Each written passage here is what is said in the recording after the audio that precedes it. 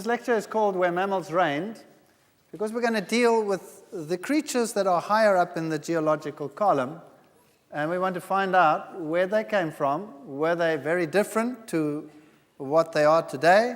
Is this a strange world that existed in the past that does not reflect the present?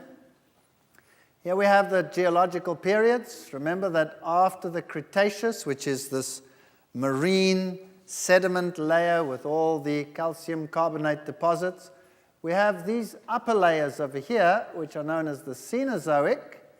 And in these layers, we also have marine organisms and all these strange little creatures that we find lower down, many, many of them. But then we also have the mammals and the birds and some human fossils. And the question is, where do they come from? Well, this is an exhibit in the Museum of Natural History in London, and it's called Mammal Graveyard. The fossilized remains of an antelope, a gazelle, a horse, and a carnivore are preserved in this slab. The fossils are surrounded by floodplain deposits, suggesting that the animals were swept together by torrential floods. There is no weathering and little damage to the fossils, so they must have been buried quickly. That's interesting, because that is what it says on the board when you're looking at this fossil. So they're acknowledging that this can only have happened during a flood. But of course, they put it into a floodplain. That's the only way they can deal with this. So they say, well, a river came down and washed them away. Well, these rivers stretched over huge areas, whole continents. Those were big rivers. The whole world was underwater. And how would you imagine animals as diverse as herbivores, carnivores, gazelles, all of these things washed together at the same time? If you look at those upper layers, we have bone fragments in stone in the tertiary like this, mammal bones, chipped, broken bones. And you have conglomerates like this. Here you have fossil bones in stones. Look at all of those. It's incredible. What happened over here? Or what about this? Fossil graveyards, where you have thousands of mammals just buried in mass graves. This is not evolution. This is catastrophism. These animals were washed together during a catastrophe. Now, mammals and birds tend to float because they bloat. When they rot, they blow up and they float. So if you can cast your mind to a flood catastrophe where you have creatures floating around up there in the water, rotting away, some of them being buried early, in other words, the full creature, rapidly buried, others floating there maybe for a long period of time, rotting away, disarticulating, and then being buried, and you have these massive graveyards. Now, was this just a floodplain? How would you explain this? Here's another exhibit from the museum, buried alive. These sea urchins, together with some starfish and sea lilies, were buried very rapidly, retaining their spines. Was this an under-ocean flood? Does that make any sense? Why were the creatures under the oceans also buried rapidly? The only solution is that we had a catastrophe with tremendous mud flows flowing underwater, whether on land or under the ocean. This has got nothing to do with a floodplain because you could not explain that with a floodplain. So there must have been some universal catastrophe. This was the Bangladesh flood some years ago, and you can see the animals and even humans floating together here in this water. So where do the mammals come from? How did they evolve? What does science teach?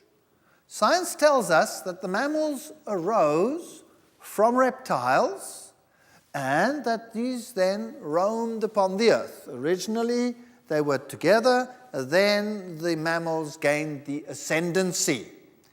Well, that's absolute nonsense because we have reptiles and mammals today. The only ascendancy that we have is in the mind because we happen to be able to think about these things. Well, where did the marine mammals come from? What does science teach about them? Well, obviously, since they're mammals, and mammals arose from reptiles, then they arose on land. Isn't that what science says? So they must have arisen on the land. So how did they get to look like they look? How do these manatees and the seals and the walruses, how do they get to look like they look? Well, science teaches literally this. Creatures evolved on the land, and they were walking around on the land, very much like they do today. And then they went into the ocean, secondarily back again. And there they eventually lost their legs, developed tails, changed their entire anatomy, and that's why they are like they are today. Well, if this is so, shouldn't there be something in between a land mammal that looks like a cow, a eutherian land mammal, something that looks like a cow to something that looks like a whale? Shouldn't there be something in between? Yes or no? There's nothing. And don't come with little bone chips here in the hips of the whales. Those are fully functional today, and if you took them away, that creature would have a major problem, because there are muscle attachments to it which deal with the rectal area and deal with reproduction and all things like that. It's got nothing to do with the limb. So what happened to these creatures? How did they appear? Well, they appear in the fossil record. Well, that cannot be. Science cannot tolerate that. Surely there must be something that happened. How do these creatures come into existence? Do you know, there are not only here anatomical problems, there are huge physiological problems. The whole blood parameter, everything has to change in order to deal with staying underwater for very long periods of time, etc., etc. So this is a major, major problem. Did they develop from the land, or did they not? Well, we have huge marine mammals, like whales, for example, and you can get to be very big when you are living in the water. And what does science teach? Well, here's a typical example. Ancestral links present 60 million years ago. You had a hypothetical mesenchid skeleton, and then we have, again, nothing to go on except animals that are fully formed, existing, and they take them up, and they say, well, Ambulocetus natans probably walked on land, and they have an example there, or Rhodocetus, and they have one over there, which is much like a seal that lives around today, and then you have the modern toothed whale. But the origin is, what does it say there? Hypothetical, which simply means what? It doesn't exist. That's what it means. Now, what about those that they tried to put on the line? Well, here they have one. Pasicetus, that's the ancestor of the whales and the porpoises. That's one of the modern candidates. Where did they get him from? Well, here's a skull, land mammal, reconstructed from what? From a jaw and skull fragments. It's amazing how you can get the legs and the tail and everything from a jaw fragment. Isn't that incredible? Science is pretty inventive. Well, this creature probably never looked like that, and certainly had nothing to do with whales, but there is nothing else, so let's invent this analogy. Or Ambulocetus had hind limbs, was obviously able to walk. You need imaginative reconstruction to even attempt linking with the whales. Here's another funny-looking skull over here, Basilosaurus, a serpentine creature not related to whales, had functional hind limbs, too tiny for walking, probably used for grasping and reproduction. So they have some creatures that existed in the past that don't exist today, but they have nothing linking it to the whales. So this is pure conjecture, major, major problems. Here you have bears that swim, and in the origin of species, Darwin speculated that whales had evolved from bears that swim. Yeah, because there is nothing else. There is nothing else. Oh, scientists will tell you we have some evolution of where the opening of the blowhole sits. That's just variation. Just variation. It's got nothing to do with evolution, moving it backwards or forwards. We have people today that look very different, and animals today within the same group that look very different. So there is absolutely nothing.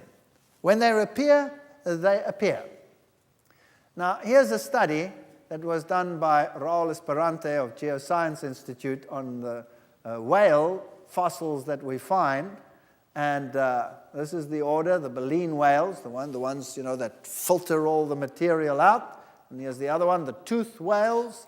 And they did a study at an area in South America, here along Peru, that is called the Pisco Formation. And it's so-called Miocene-Pliocene. And it's got all these whales. Here is a complete area study of what they found. The black dots are incomplete whales, and the red dots are complete whales. Huge numbers of whales just buried over there. And here's the whale distribution abundance in some of the other areas. Just huge numbers. Now, what happens today when a whale dies? Well, he'll get eaten up in the sea and there'll be nothing left of him. But sometimes whales get stranded. What happens to them? This is what happens to a modern whale carcass. What happens is a whale carcass can sink or float, or it can reach the shoreline. That's the bottom line. Here you have whale skeletons on the coast. What happens to them? Look at the bones lying around. Very soon they are disarticulated, dispersed, and abraded. So you have pieces lying all over today. That's what happens today. That's what you see. Here you have a carcass lying on the sea. Whale carcasses on the seafloor of Santa Catalina Basin. Very soon they become disarticulated, the bones fall apart, and then there are pieces missing. And you have scavengers coming, sharks taking a bite, eating this, whatever. And very soon there's nothing left. That's what happens today. But that didn't happen with the fossils. There they are. Look at that. That's a fully whale. That's a fully formed whale. And here you have 8 whales in a radius of 50 meters, and that's quite something considering the size of a whale. Huge creature lying there, boom, fully formed. Very strange. And then if we look at some individual specimens, baleen preserved, shark teeth associated, but no shark tooth marks on the bones. So other animals were buried together with them, not only the whales. Completely articulated specimen, upside down, both flippers reserved. This creature was buried how? Instantly. What buries a whale in the ocean instantly? Does this make any sense? Certainly not today. Here's another one, upside down, completely articulated, shark teeth associated, but no shark tooth marks on the bones, one limb missing. Buried today. You wouldn't find anything like that today. Bones are well preserved, another specimen. No evidence of invertebrate activity on the bones or in the associated sediment. Well, that wouldn't happen today. If a whale died, the creatures would come and you'd have the scavengers eating all over the place. Nothing. These creatures are just gone, buried.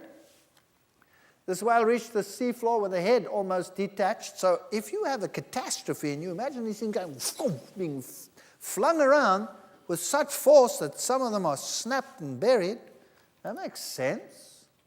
Here's another one, partly disarticulated, head separated from the body, one limb partially preserved, shark teeth associated, no shark tooth marks on the bones. This was a major catastrophe. Here's one entirely disarticulated. So this was maybe floating a little bit longer, started disarticulating and then buried. No skull found, 2 mandibles, etc. You have the whole spectrum. Look at this. 5 specimens with their baleen plates were found. Here are the baleen plates. That's what a modern one looks like. There they are in these fossils, completely intact. Now, what does it consist of? It's the same material as your fingernails or your hair. Since baleen is made of keratin, it does not last as long as bone when the animal dies and decays. The occurrence of baleen plates preserved indicates that rapid burial had to happen. Here are these marine creatures. Do you know that they find whales in the upright position, buried? Wow. If that was slow sedimentation, that was a patient whale waiting to be covered. That doesn't make any sense. And not only that, you find layers of fish remains are found at several horizons with diatoms and all kinds of of fish debris layers, diatom layers, all of this buried together. This was a catastrophe. No other explanation. Conclusions. The large numbers of individuals with mandibles, vertebrate, articulated indicates that most of the whales reached the seafloor and became buried before this articulation could happen, even before the predators could get at any animal that was floating. This also suggests rapid deposition of the sediments covering the carcass in order to preserve the bone association. It's the only possible solution. So the marine mammals appear suddenly in the fossil record, fully formed, and they're buried like nothing happens today. This is catastrophism. There's no other solution. So now let's think about this. Let's mull these thoughts over. Imagine you have this huge catastrophic flood in which many, many creatures are buried, those that float in the top layers, for example. And then after the flood, the waters cover the earth, and you have all these millions of creatures floating in the water with fish debris. Some areas you have huge forest beds floating in the water, and this has to then be covered up again. What would that do?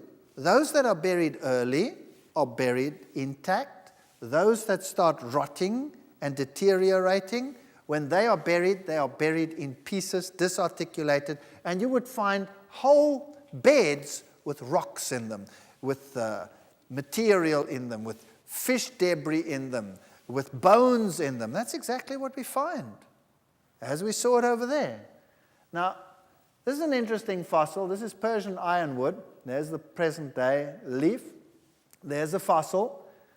This one occurs in the upper layers in, for example, Europe, where it doesn't grow today because it's too cold. So imagine if this water came up from the bottom of the great deep and it was bursting forth. At what temperature would it come out? Well, subthermal water or subterranean water today is hot water. So it's a thermal spring, if you like. So this water could have been generally warm, and the oceans could have had a relatively high temperature, very humid, very much like, your area. Nice, warm, hot environment after the flood. Here we have mammals. This is a bat. When a bat is found in the fossil record, it's complete. It's a bat. There's nothing leading up to a bat, nothing leading away from the bat. The bat is a bat, fully formed. The only difference is many of these were much larger than those living today. So imagine a very wet world reestablishing itself after the flood. This here is an area in Scotland, which is a very cold country, where you have this lush growth of plants because the Gulf Stream passes by here. So very warm, and so these plants are enormous.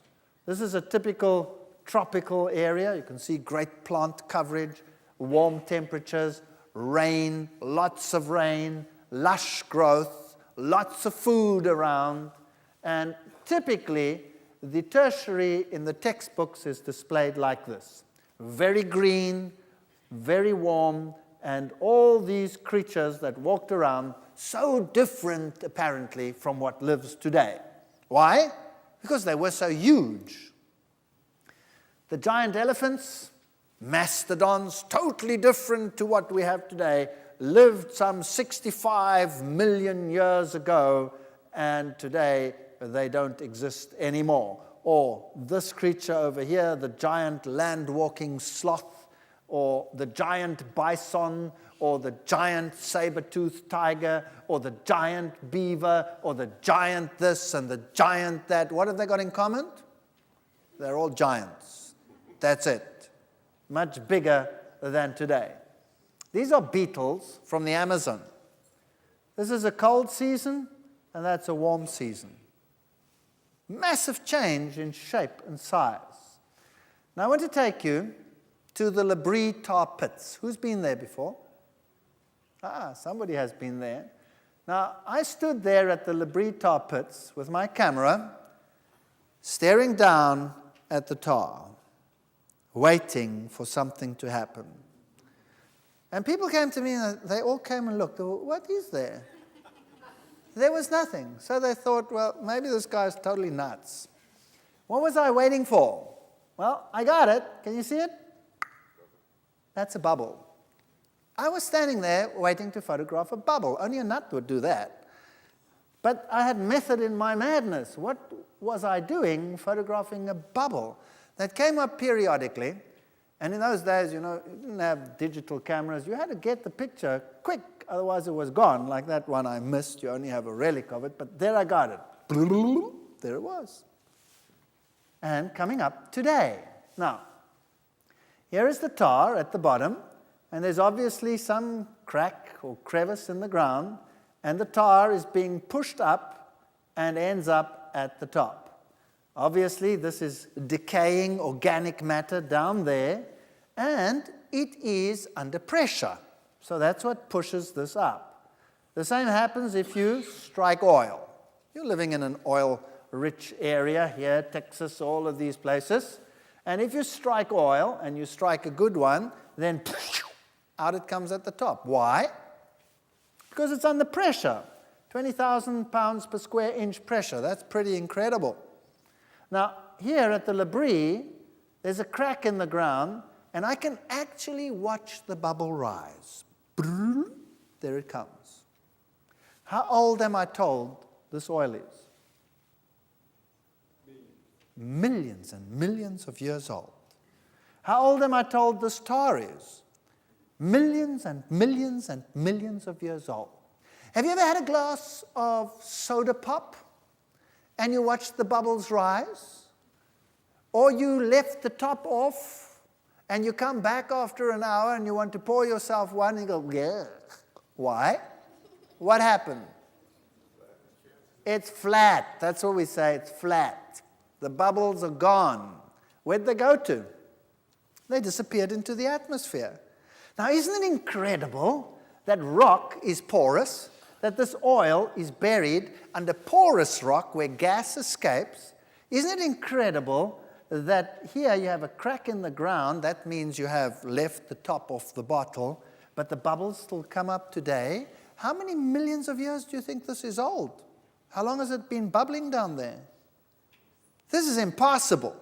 This cannot be very old. The only reason why it's still bubbling is because it is a huge deposit that still has trapped gases from the decay. So we're talking short chronology here. We're not talking millions of years. The fact that when you strike oil, it shoots out the top means that the cap is pretty well sealed still, but rock is porous.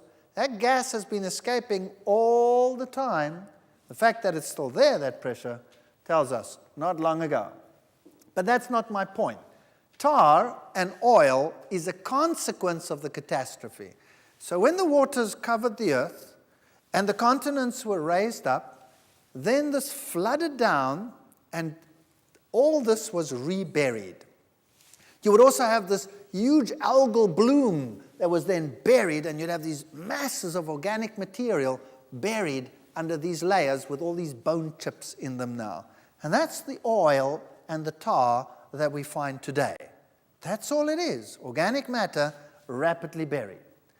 And tar and oil is therefore a post-catastrophe phenomenon. Now these creatures come and they think this is a pond or whatever, and they walk in, but because it's tar, you can't get your leg out anymore. So as you pull the one leg out, what happens to the other leg? It goes deeper in. And so you try the other way, and so you just disappear, and down you go. And as these animals realize that they can't get away, they screech in terror, and what does that attract? Carnivores. So the carnivores come running, and they attack the animals, and they themselves get trapped in the tar. So in the tar, you have a strange assembly. You have more carnivores than you have herbivores. That's not normal. That's not natural. So it's not a natural phenomenon. What has happened here is these animals were trapped because they came. And we have the saber-toothed tiger. That's what he looked like. Strange creature in the past. In the tar, you dig up a giant mastodon. You dig up a giant sloth. There's one over there. In a trip to South America, some scientists were traveling there, and they came across a hacienda, it's a farm, and there was the skin displayed at the entrance. The farmer had put a skin up, and they wondered, what the heck is that? They'd never seen anything like it. So they went and asked, what is that? And he said, come, I'll show you. So he took them to a cave, and there were bodies of these creatures lying there with the skins still intact. Do you know that in Australia, there are certain cave areas where the oxygen levels are slightly different than outside, and there you find giant kangaroos lying over there, supposedly millions of years old, with their skins still intact? Do you believe that? Well, it's a fact, but certainly you would have to modify the millions of years. So some people believe that maybe these creatures are still alive today in the jungles, and some have even ventured to try and find them. Of course, they would probably be smaller than what they were then. Giant bisons, much larger than the present bison, but then it's just a bison. That's all it is. So in Labrie, you dig down into the tar by boarding it up and taking the tar out, and then you find these creatures in there. And then you find a saber-toothed tiger. Do you only find a saber-tooth? No. You find a normal tooth and a smaller tooth. In fact, you find a whole range. This is an extreme of the range. This would be like taking the dogs and taking the St. Bernard and saying, that's what lived in the past. And today we have a Chihuahua. You see what I mean? It's exactly the same scientific phenomenon. So, actual fact, what they should do is they should put the Chihuahua plus the entire range in between up to the Great Dane down there and say, that's what we found. Isn't that right? But what do the textbooks display? The extreme of the range. Why? Because that's exciting. That's different.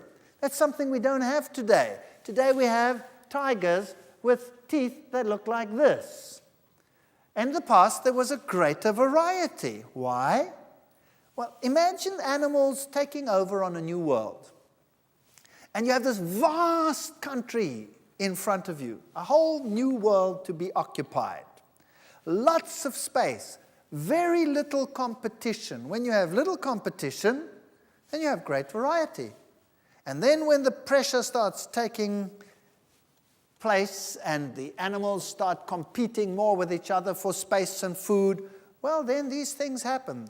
Do you know that if we take an animal from the mainland, let's say sheep or goats or horses or whatever you like, and you take them to an island and you leave them there, guess what happens? Within just a very few generations, the size of those animals goes zoom. In fact, the size can go down to 1/3 of their original size. Why? Remember I showed you the horses on Iceland? The difference between them and the horses on the mainland that they came from is that they shrunk in size, at least by 1/3, in a very short time. Why? Because they are competing for resources on an island. And when you compete for resources on an island, eventually you run out of space. That's what happens. And so one of the adaptations to this is not to grow so much. Why? Well, firstly, because you're getting less food, because you're competing with everyone else, so they stay smaller. A smaller animal eats less than a big animal. Has a higher metabolism, yes, but eats less than a big animal. So if you reduce the size, naturally you can have more animals on the same place. So very quickly, just the environment changes the size. Has that got anything to do with evolution? No. Japanese before the war. What did they look like? How did the cartoons depict the Japanese before the war? They used to have the Americans standing over there, yay high, something like Malenko over there, big guy.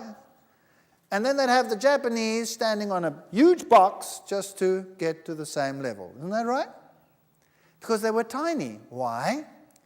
Because their diet was totally different to what it is today. Today, their diet is far more varied. They have far more varieties of protein sources in their diets. And what do the Japanese look like today? Totally different. Some Japanese are pretty... Have you watched Japanese basketball players? Have you seen them? Some of them are pretty big, right? And you say, wow, what happened to them? Did they suddenly evolve into supergiants? No. Their lifestyle has changed. So size, lifestyle, these things go together. Just because something is big doesn't make it different. So what was a mastodon? It was a big elephant. What was a giant bison? It was a big bison. What was a giant wolf? What was a giant wolf? Big deal. There was no evolution there. And here you have a giant wolf. It's called dire wolf. Different animals? No. Exactly the same as a modern wolf. The only difference was bigger. So we have to make it something marvelous and different? No.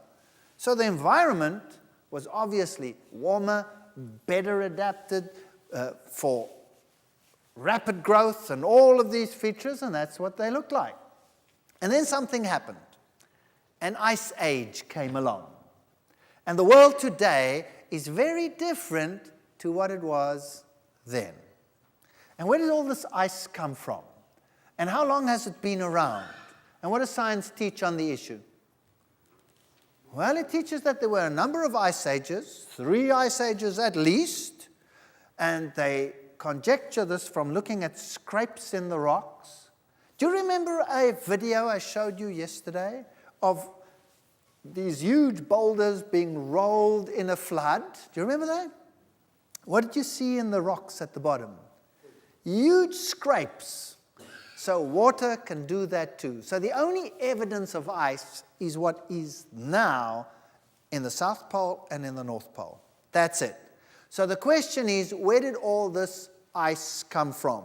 And they will tell you that there is evidence for ice having been around for many, many years. 100,000 years at least. Where do they get the evidence from?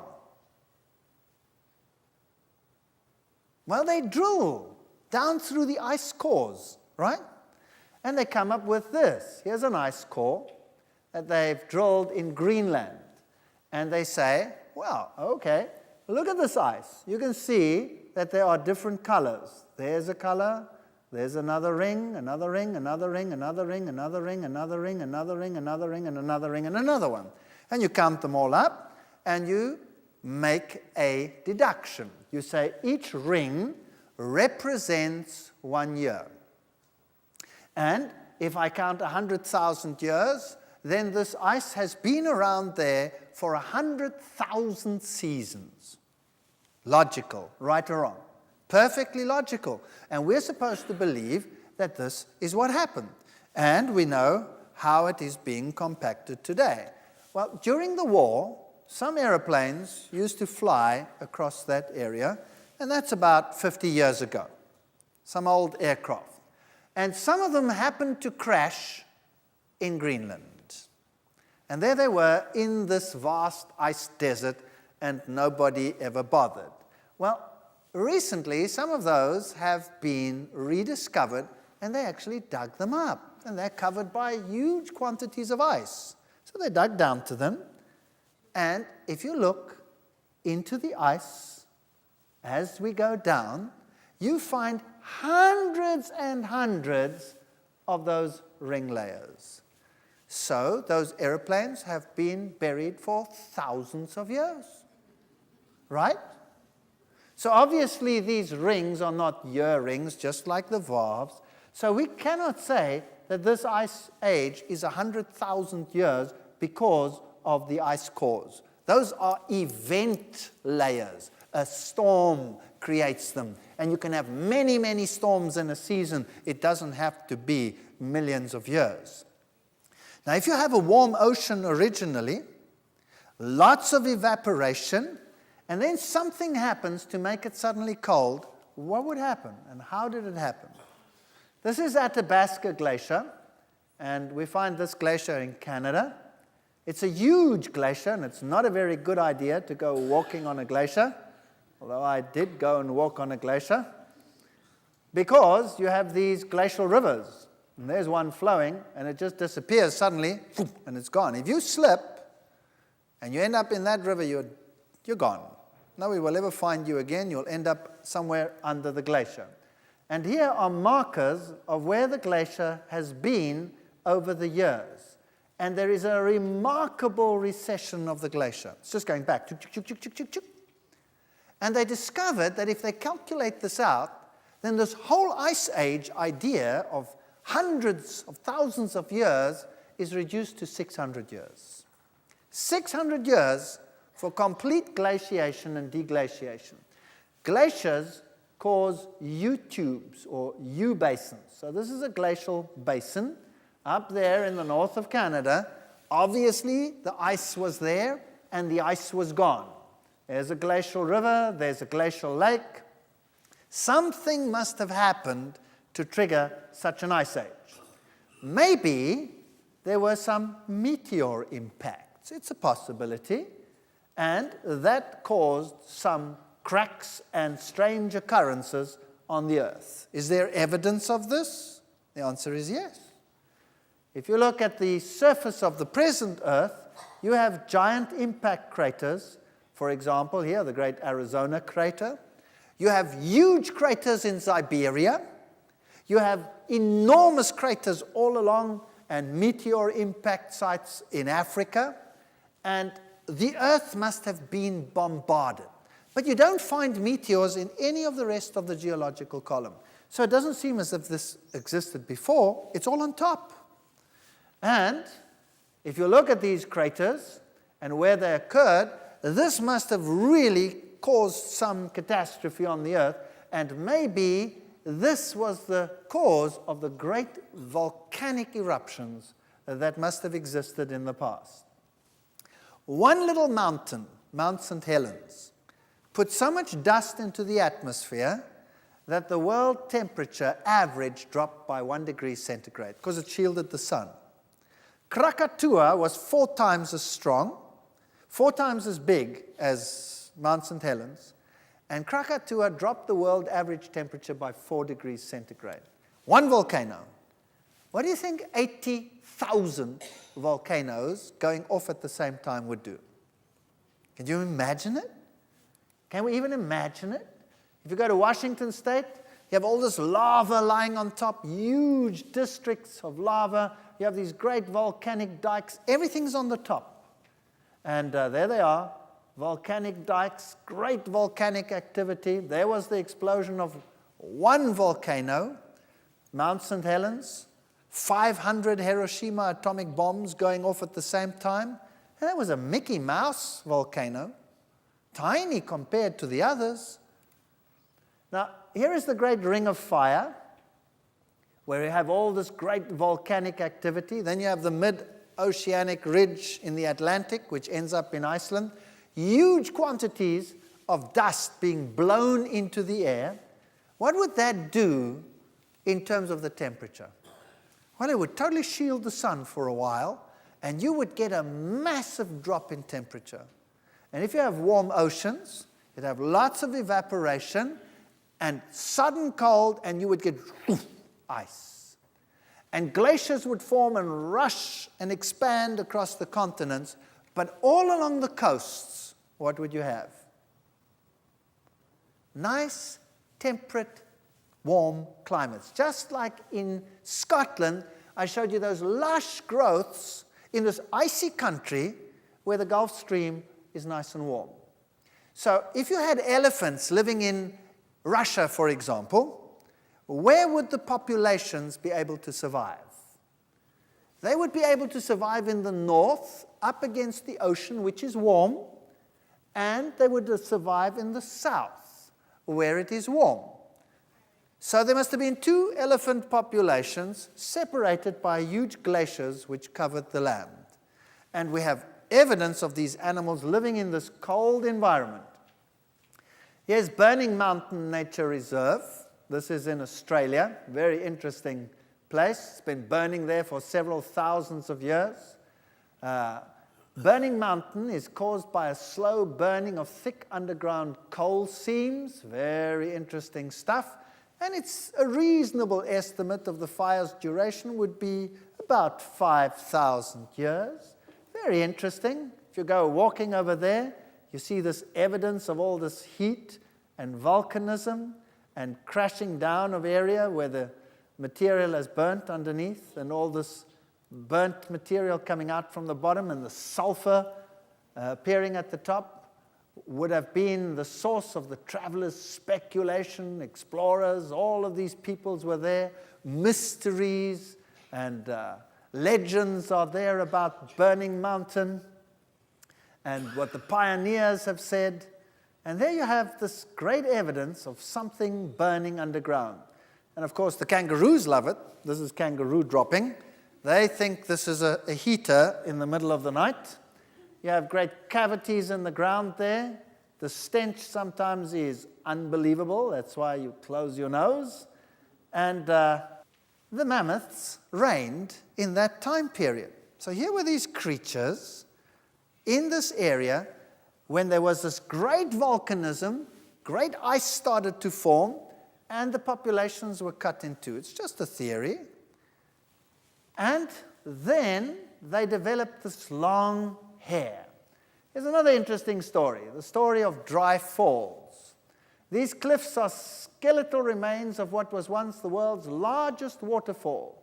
They bear stark witness of the tremendous power of catastrophic floods that swept over eastern Washington at the end of the last ice age. The falls began 20 miles to the south, but receded upstream through powerful erosive action. The retreat of the falls gave birth to the canyon below, etc., etc. Science today admits that this was a catastrophe. You know, a few years ago, they didn't admit this. It took millions of years for these things to form. So suddenly, modern science is beginning to realize that things in the Ice Age also could have happened rapidly, needn't have taken millions of years. So these great falls over here didn't take millions of years to carve this. Now, what about these creatures? There they are today to be found trapped in ice. Mammoths trapped in ice. What happened? Now, you see, when the ice is present in the Ice Age, and the oceans are warm, then there's food in the north and there's food in the south. In England, we find reindeer, hippopotami, crocodiles buried in the same region. Now that's very weird. That's what we call a disharmonious fossil assemblage. Creatures that don't belong together, buried together. But if you imagine this cold period, pulling the animals further south, so the cold-adapted ones like the reindeer, and along the ocean, still warm, then you could get this all together. That seems to make sense. Now, when you dig these creatures out of the ice, they are today still very much intact. And you can dig them out, and some of the meat is still edible, like this creature over there, totally edible. So when did they live? If the meat is still edible, how old are they? Millions of years? How long can you keep your meat in a freezer? They say a year, then you should throw it out. Well, dogs can eat this stuff still. So how long have the mammals been around? How long have these mastodons been around? We will talk about that in the next session.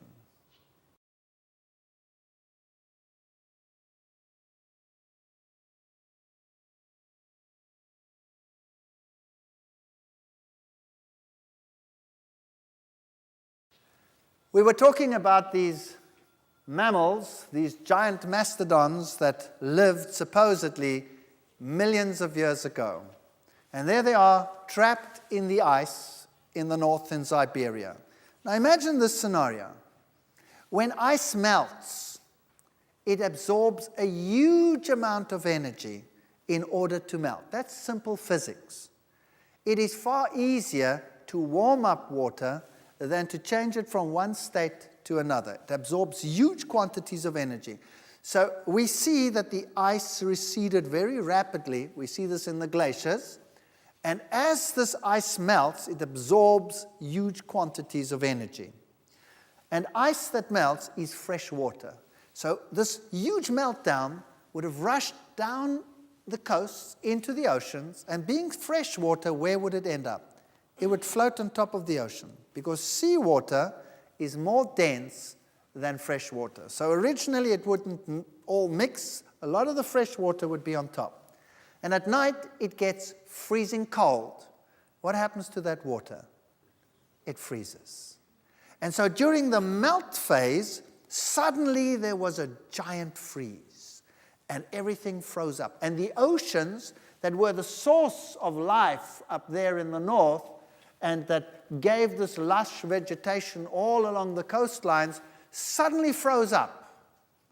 And the world became an ice world in the north, because that's where it would then be colder. And the animals walked, and they were buried, and they ended up in the ice. And science tells us that these creatures lived there some 60 to 40 million years ago. But then they had a problem, because with the evolution of man, they put the evolution of man at about 3 million years, 3.5 million years, with modern man being around some 1.5 million years. And unfortunately, they found spear heads in the mastodons. Oops, big problem. What do? Well, you could either take man back to 65 million years, 40 million years ago, or you would have to do what? You'd have to bring the mastodon forward 65, 40 million years ago. Which one of those two you think they opted for? Obviously bringing the mastodon forward. Why? Because obviously we're the greatest thing on the planet, right? We must be the latest.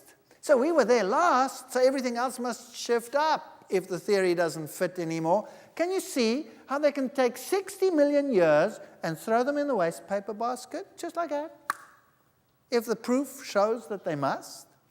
Well, they had no choice, especially when they found cave drawings in France where there's a mastodon. So man obviously was there when the mastodon was there. So these creatures all frozen in ice. There are many interesting theories about how these creatures up there were frozen in ice. Not only mastodons, by the way, all kinds of animals buried in ice all of a sudden. Warm-adapted animals even, boom, buried in ice. This is very, very, very strange. Some theories say that there was some big celestial snowball that came down and buried them in almost liquid nitrogen freeze conditions. But if we stay here on Earth, then, we can have a pretty logical theory as well as to how it came about that these creatures were buried in ice. And definitely man and these creatures were contemporaneous. Again, that blew their theory right out of the water. So let's have a look at the dawn of man. One thing is for sure, we don't have the propensity of fossils for man that we would expect. Why not? Well, think about this.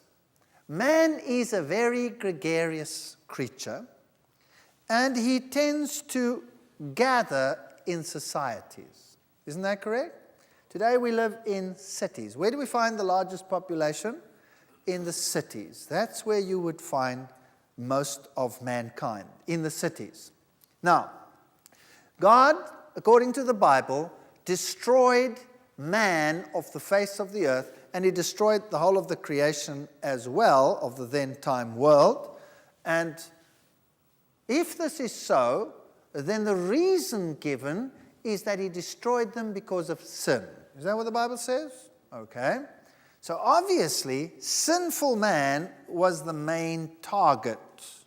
The rest is there as evidence because the animals were everywhere, but man was relatively localized, except for those that, like today, like to live in the outback, but they would be scarce. Now, where do we find the greatest evidence of the flood today? That would be interesting, because obviously the greatest evidence of the flood would be there where sin, in inverted commas, would be the greatest. Would that make sense? Now, where do we find the greatest evidence of the flood today? Unfortunately, we do not find it on land. We find it under the ocean. If you go to the Pacific Ocean, for example, there are canyons under that ocean 4 times bigger than the Grand Canyon. Now, canyons don't happen underwater. They happen because water rushes through the area in a flood. So what does that tell us? That was once where? On top. That was once land. What is now underneath there was once land. And there is great evidence of activity down there which tells us that a tremendous flood catastrophe happened under there. All right, that's logical. So is it possible that the great cities with all the myriads of human fossils are perhaps buried in sediments under the ocean? That's a possibility. All right, let's go back to legends. Where do legends say the pre-flood world is today?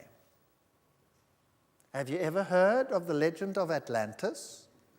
Where do they say that is? Under the ocean. All right, if we don't like that, what does occultism teach? Occultism, that's a very interesting subject. The occult world and its secret knowledge. What does that teach? Where were the ancient people and where are they today? They are buried under the sea. That's what they teach. That's what occultism teaches. If you get the great books of Masonry, for example, the great articles that they have, they will tell you that they were under the sea. That's very interesting. So what we have is a scattering here and there, with a great bulk of them not there. The animals you would have everywhere because they were everywhere, except perhaps in a large extent where man lived, just like it is today. You don't have elephants and lions and reindeer running through the streets of New York every day, do you? So why would it have been different then? So here's the dawn of man, and we are told that man lived, or the ancestors of man lived in the trees, and then came down from the trees because the climate changed or whatever, and we started getting grassland, and then the creatures walking there between the grass had to adapt to the new environment. They couldn't look over the grass because it was too tall, so they stood on their hind legs to peer over the top. And eventually they started walking upright. Now, firstly, that's not even scientific. That's total rubbish. Because that would be what we call Lamarckism. That means an animal starts doing what it does because it wants to achieve a certain state. We'll talk about Lamarckism and Darwinism in another lecture. It's not scientific. But nevertheless, that's apparently what happened. And modern humans look like this. And there was some transition from the state of walking on all fours up to the upright gait. And the world would like us to constantly be reminded where we come from. So, How Man Began was a Time magazine article not too long ago, and they show a man over here, and notice again the scratches and the blood. Why? Because it shows his primitive nature, his vicious, primitive, diabolical past. That's what it shows. And here, he had an article in Time magazine, a previous one, How Man Began, and 2.5 million years ago. And in case we have a new generation in a couple of years, they'll bring out a new one, and it'll say, How Man Began, and you'll go through the whole rigmarole. So that every generation is reminded that this is our origin. Very primitive, very vicious, very wild. Now, scientists generally get angry when you say to them, they evolved from the monkeys, because science doesn't teach that. You must understand the theory as it is. We did not come from the monkeys. Science teaches that the monkeys and man are end products of an evolutionary process. They are all there together. The ancestor of both of them is somewhere lower down. So the real ancestor is probably this one over here, the tree shrew. And notice that the eyes are on the sides of the head. And so the animal evolved so that the eyes moved to the front. Now, if you have the eyes in the front, then you can triangulate, and that would supposedly give you a selective advantage in judging distance and jumping from branch to branch. Of course, the tree shrew never misses a jump. So what the selective advantage is, no one really knows, but that is the theory of how the brain increased in size. And, of course, they were arboreal. They lived in the trees. So the climate changed, and the trees started disappearing, and they started coming down. And when they were up there in the trees, they were perfectly happy with their bananas and their leaves and the things that they eat. Vegetation. But when they were on the plains, their original plant life was not so readily available. So one day they picked up a club and clobbered an animal to death and started to eat that. That's the theory, if you want to believe that. And man and the apes are end products of an evolutionary process. This comes from textbooks, which shows you that here there is no evidence. The only evidence we have is at that level, and any creature that is buried with them in the past. So all the fossils that we have, and this is very important that you realize this, all the fossils that exist occur together with man at the same time. Are you with me? Nowhere do you find layers of the one and then the other and the other and the other. That's based on inference, however reasonable, not the evidence of the fossil. So it's just like giving you all the bones of the dogs and saying arrange them. So we find all these bones, including man, in the same layers, and we say, okay, scientists, put them out like they evolved. But they were all there at the same time. So the Australopithecines and the so-called hominid fossils and modern man all existed at the same time. So we have what we call a morphological sequence, not a paleontological sequence. It's not how it happened in the rocks. It's how we think it happened from all the bones that we have. Are you with me? Very important difference. So now, if you look at these monkeys and you look at this man, they all live at the same time, but somehow they hope that the one retained features of something more primitive than the other. Here again, everything happened down there. Everything exists at the same time. Our living relatives. Those are our relatives, but our ancestors, we don't know what they were like.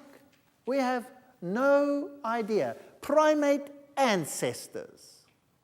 And then we have shorter snout and larger snout. Just like I said, if you have a pug, you put him on this side. If you have a snot, you put him on that side. That's what you do. So, if you looked at this one, what would you say? Compared to us, primitive or advanced? Primitive. Why? Well, we've got flat faces. Have you ever looked in the mirror? We've only got this little standing out here, if you look in the mirror, and we're flat. So this one has got a nice long snoot, so it must be not so advanced. This one's sort of in between, and that one, well, he's a scientist already. He's getting there. You see, he's nice and so this must be more or less closer to us. And, well, now we're getting there. So this is related to us and probably closer. And science will tell you that if we compare our genes with a chimpanzee, well, we have 98% of genes in common with a chimpanzee, so we must be very much related, correct? Is that what they tell you? Absolutely. 2% difference. These are structural genes. You know how huge 2% difference is? It's enormous difference. Because the way in which we developed is not necessarily depicted by the genes, but by the expression of the genes. how they are expressed, and that's determined by controlling genes and not by structural genes at all. So you can get this very similar genes giving totally different structures. And by the way, we have just about as many genes in common with a mouse. And do you know that we have 76% of genes in common with a banana? So did we evolve from the banana? Did we? You see, don't be impressed by figures like 98%. It means absolutely nothing. It's actually scientific skullduggery. It is dishonest to say that in the least. But when it comes to these things and you go to the museum, you see the ape-like ancestors, so-called, sitting there around the campfire with their sticks that they started picking up to club this animal to death so that they had something to eat. Is that right? That's what we are shown. But remember that all of these existed at the same time as modern man. So this is purely morphological. They find bones and they say, okay, this bone, well, he probably represents a more primitive line, just like they take the modern animals and say, well, that one's obviously more primitive than that one, purely on looks. And in the case of your own Nebraska man, they had him with sticks and hunting and fireplace and, you know, the whole shooting match based on one tooth that they had found, which happened to turn out to be a pig's tooth. So this really is scientific inventiveness at its best. We've had many hoaxes in the past trying to bridge the gap, like Piltdown Man, for example, shown in 1953 to be a forgery composed of an orangutan mandible and parts of a modern human cranium. So there have been forgeries to try and get this across. We've had many, many forgeries where people try and imprint or show evidence which they want to find. Now, the modern theory says that man evolved out of Africa. That's the prevalent theory today. And that you have all of these modern hominids like Homo erectus, Homo neanderthalensis, Homo sapiens, and some Homo antecessor over here, coming out of this group over here, which are all ape. So they have the Pithecanthropuses and the Australopithecines. These are all ape. And these are all human. And we find them together. Now, the out of Africa theory says this is how they spread, probably here out of the Horn of Africa. And Homo sapiens has only been around 100,000 years, so they say. And if you take the full picture, then we have these two groups of fossils over here. This one over here in the Horn of Africa, and this one over here in South Africa. Those are the prime sites for human evolution. There's another theory which is called multi-regional hypothesis, which shows man approximately everywhere at the same time. So regional populations of Homo erectus may have evolved into Homo sapiens while intermingling with one another. So here's everything at the same time, so there's really no evidence for the out of Africa theory. This is far more common, and this is their own one. Isn't it interesting that all the lines meet over there? That's roughly where the ark would have landed if there was such a thing. But let's have a look at this one. Here you have the fossils in the south, and they're talking about 200,000 years ago, but the actual evolution, 3.5 million years, etc. And then you had Neanderthal man over there, and old Java man, and all of these over here. And let's see what they've come up with. Well, Leakey was the first one to actually start with this road of discovery, and he puts the line somewhat like this. He says, Australopithecus. Now, Australopithecus was an ape, but he said, well, maybe this ape had sort of features that were leading towards man. But remember, man was already there. Don't forget that. Man was already there. And he says, then you go through the line, and eventually you come to Neanderthalensis and Cro-Magnon over there, and he says they walked upright, these Australopithecines, because we find footprints in stone. Did you know that these footprints have been studied in great detail, and they are identical with human footprints made in mud by people walking barefoot? In fact, if you look at an Australopithecine foot, which I have down there, you'll see that the toe is offset. Did you know that they actually cheated to make some of these footprints, to change them, to show that the toe is offset when it wasn't? So there is no evidence that these creatures walked upright except footprints which are like human and not like ape footprints at all. So if they find a fossil, it is either like all of these, 100% ape, or it is a variety of 100% human. There's nothing in between. A typical Australopithecus skull. Now you have three varieties of Australopithecus. Australopithecus afarensis, Australopithecus robustus, Australopithecus africanus, which says basically an ape from Africa, an ape from afar, and a robust one. Now the robust one has a ridge on top of his head, and the others don't. That puts him into a different category. Did you know that the male gorilla has a ridge and the female doesn't? Are they two species, the male and the female? Obviously not. So they were all just apes. And if we look at the way in which the skull is put together, has there ever been anything so completely found that they could put it together? No, it's always pieced together, like this one over here. This is the famous skull 1470, also pieced together with pieces missing, but no full skeleton to go with it. So you can't tell whether it walked upright or whether it didn't. You only know that this is 100% ape as far as the skull goes, and the rest is pure conjecture. This is Johansen. He's the one who found the famous Lucy. And he says, well, she is the prime candidate. Lucy was tiny, and there are scientists today in the literature which say Lucy was nothing other than a pygmy chimp, because she was 100% ape. But how do they depict Lucy in the museums? This is the Museum of Natural History in London. Notice the footprints again. Lucy walking there with a child on her. Is Lucy more closely related to humans than other Australopithecines? Notice it's just an ape. This question is still, what does it say there? Today in the museum, where the greatest paleontological scientists in the world today reside. This question is what? Still unanswered.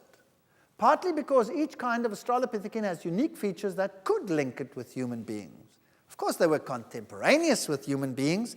Human beings were already there, so this is no evidence of evolution. These were just apes. Did they walk upright? No evidence whatsoever. Oh, no, but they show them gathering sticks and making things and doing all of this from what? That skeleton? That's what they've got. Now, the head is 100% ape.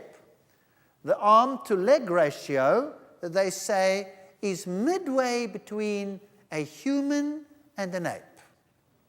You see, apes have a leg-to-arm ratio of about 1:1.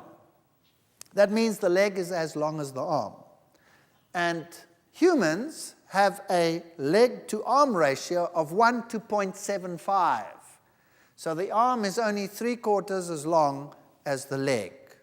Now that is the average ratio.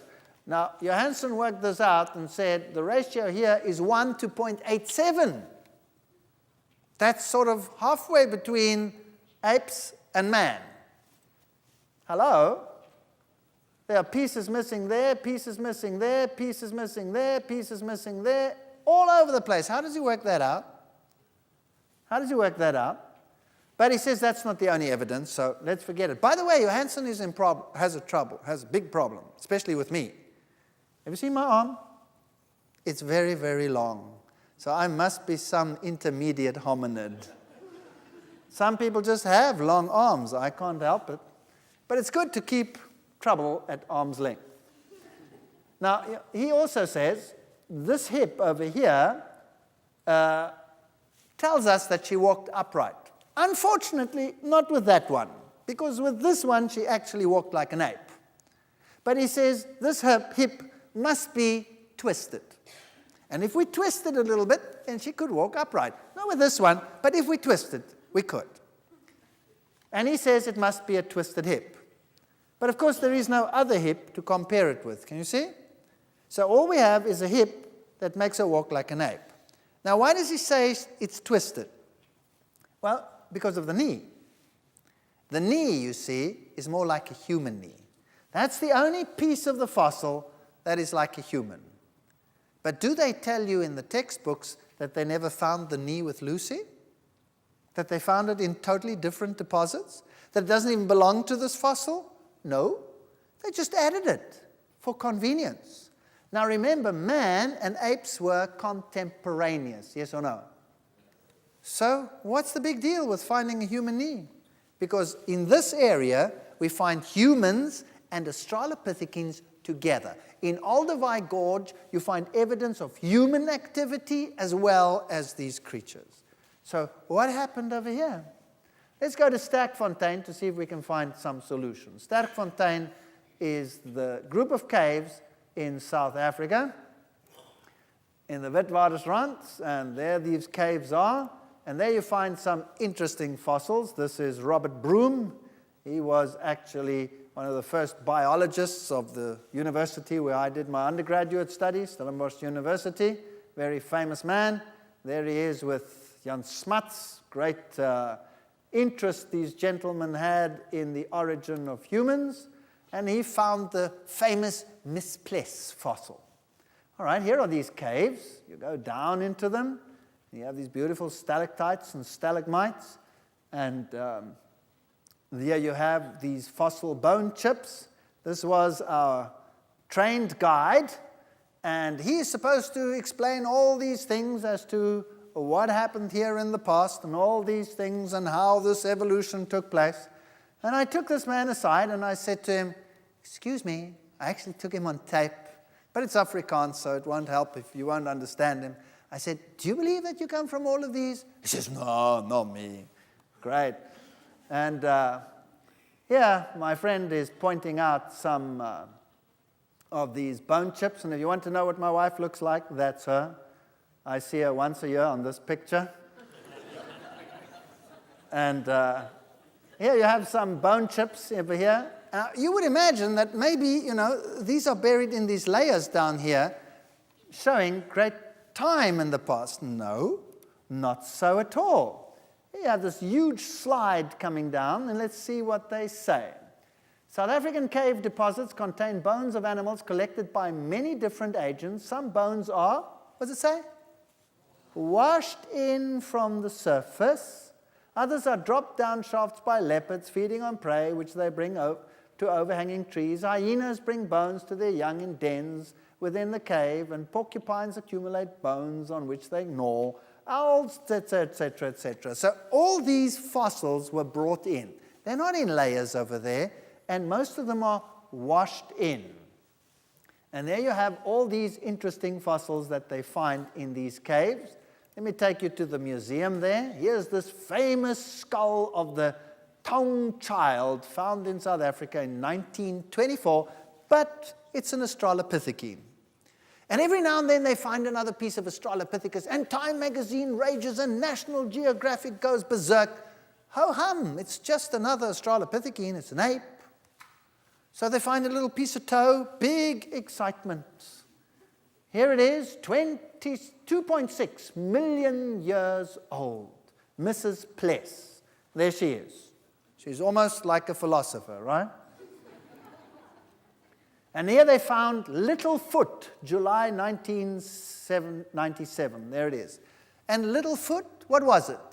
It was an ape foot with a toe offset. It wasn't human at all. This is nothing to get excited about. This is an ape. There it is, Dr. Ron Clark and the Littlefoot femur. But it was just an ape. Notice how they reconstruct a fossil over here when all they found are these pieces. That's it. The rest is purely put together. And here you have Paranthropus, a flat-faced ape man with a very low forehead. This is what they look like. From these bone chips.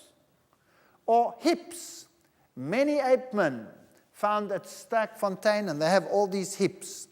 Now, they will put the hips down, and they will show you how the human hip evolved, from a narrow hip to a wide hip. They'll put them down in sequence and say, look, here is evidence for evolution. Rubbish.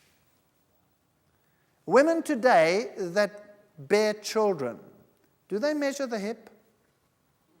Do they take pictures or measure the hip width? Yes or no?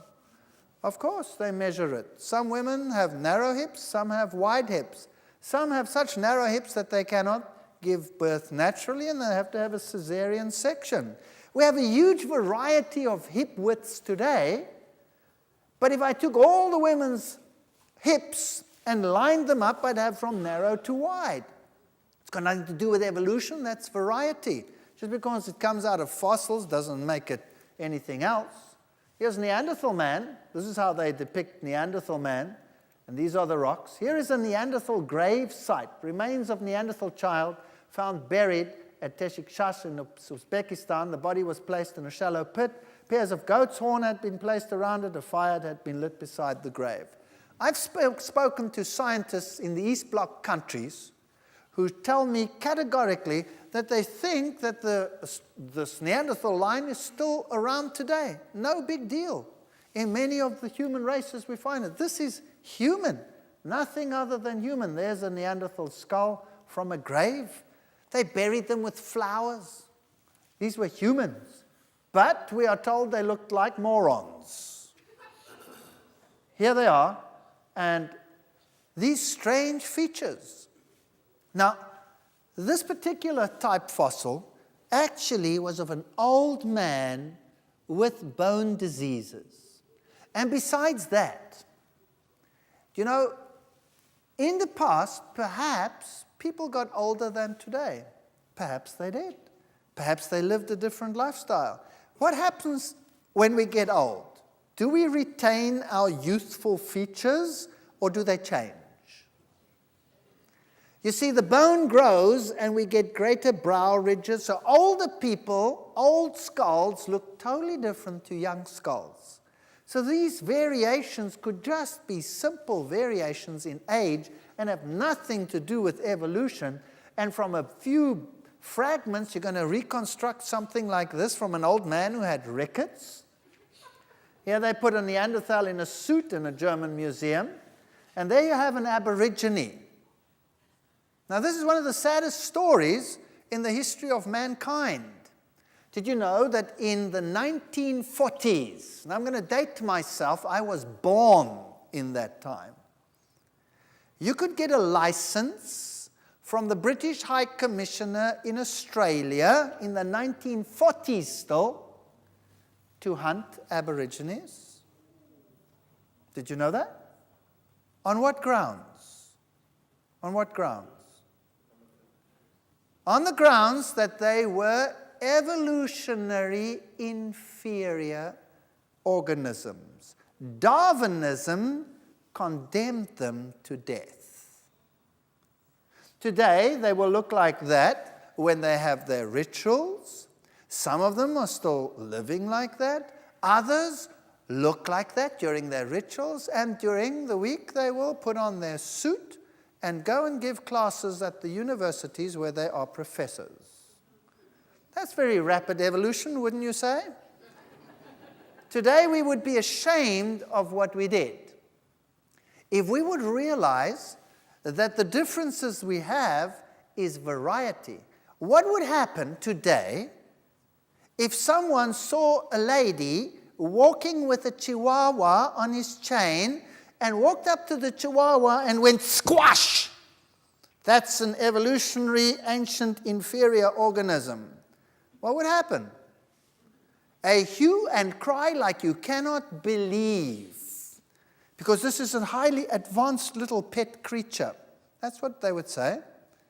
Or what if you did the same to a St. Bernard and said that's an evolutionary outcast because it's different to the others, when each of them just reflects a variety within the gene pool. It's got nothing to do with evolution at all. So perhaps the races that we have do the same thing. I'll give a whole lecture on that coming up. Don't wait. But don't think that evolution hasn't taken its toll. We find some very interesting fossils of humans. These are Grauballer and Tulland man. We find them in tar pits. And some of these fossils are huge. Some are 2.5 meters tall. Wow. Were things very different in the past to what they are today? We find some of these buried with gold trinkets. So obviously some of them were even sacrifices to sun deities or whatever. And if we take a look at American fossils of Indians, for example, from graves, then even magazines that want to propagate evolution say it challenges our traditional model of hunter-gatherer societies that they have such intricately woven clothing which shows some form of technology. What about the Iceman's secret? Well, he popped up and there he was, and science went crazy. New evidence, new this, and then suddenly, nothing. Why? Because he was so incredibly ordinary and even had marks of operations. So suddenly he disappeared. We have fossils of mummies, for example, and not a shred of evidence that anything really dramatic has changed. When we come to the human evolution, the different races, we'll talk about that in a future lecture. Evolution comes to life. This is Scientific American telling us how it happens. Let's say they find a bone fragment. Then they build up this fossil from a bone fragment. And they call it forensic science. And they use the most modern techniques. And then they'll put the flesh on it, and then they'll put the skin on it, and then they'll put the hair on it, and the looks on it, and you can see he looks like an idiot, right? Why? Because he's supposed to look like that. He's supposed to be some ancient creature predating modern man. Now, forensic science is a perfect science and an exact science. But you have the whole skull, and you reconstruct on the whole skull. You don't have a tooth, and then reconstruct the skull on the tooth and say, okay, this is what this beautiful woman looked like. Yes or no? Does it make any sense? No. Yeah, they have a bone chip, and they reconstruct it to look like that. Did they know he had long hair from a bone chip? Of course not. But this is the primitive notion. This is what we are led to believe. On what evidence? None. Absolutely none. And these are the pictures which we are shown. So this would be Adam and Eve. This is what they would look like. Well, this is interesting. There's Eve, as science says she looked like. Genesis 1 verse 27, so God created man in his own image, in the image of God created him, male and female created he them. I asked the young people, help me out here, I'm an old geezer, just help me out. Which are the coolest women in the world today? And they said, Mariah Carey, Beyonce, and Avril Lavigne. I said, okay, there they are. I put them on the screen for you. Each of them, and they represent different races as well. And I must admit, pretty nice looking women. Pretty nice looking women. So now, Genesis 1:27, so God created man in his own image. In the image of God created he him, male and female created he them. Fascinating story. Fascinating story. Did Eve look like that? Or does this reflect a little bit of what Eve might have looked like? What do you think? The choice really is yours. Either we have a noble origin, or we come from the slime pit all the way through to modern man. That's the choice we have. Either we are sons of the Most High and daughters of the Most High, or Eve looked like that? I'll tell you something. If that was Eve, I would still be running. And there would be no prosperity, no posterity either. There would be no offspring because I would never get near to Eve, that's for sure. So if this is correct, and God created man in his own image, and in the image he created him, then imagine a world that was perfect, and a world that was covered in the most beautiful vegetation, and yet these magnificent animals on there. Well, this raises a whole pile of questions. Then why doesn't it look like that today anymore? Why do we have death and carnivores and all these creatures? That's a difficult question to answer. But I'll be addressing it in a whole lecture. And we'll be looking at those issues. And we must be able, on the basis of the facts, to decide, is there evidence that Eve looked like that, or is there no evidence that she looked like that? That's for you to decide. Thank you for coming tonight. Don't miss the next ones. They're going to get exciting.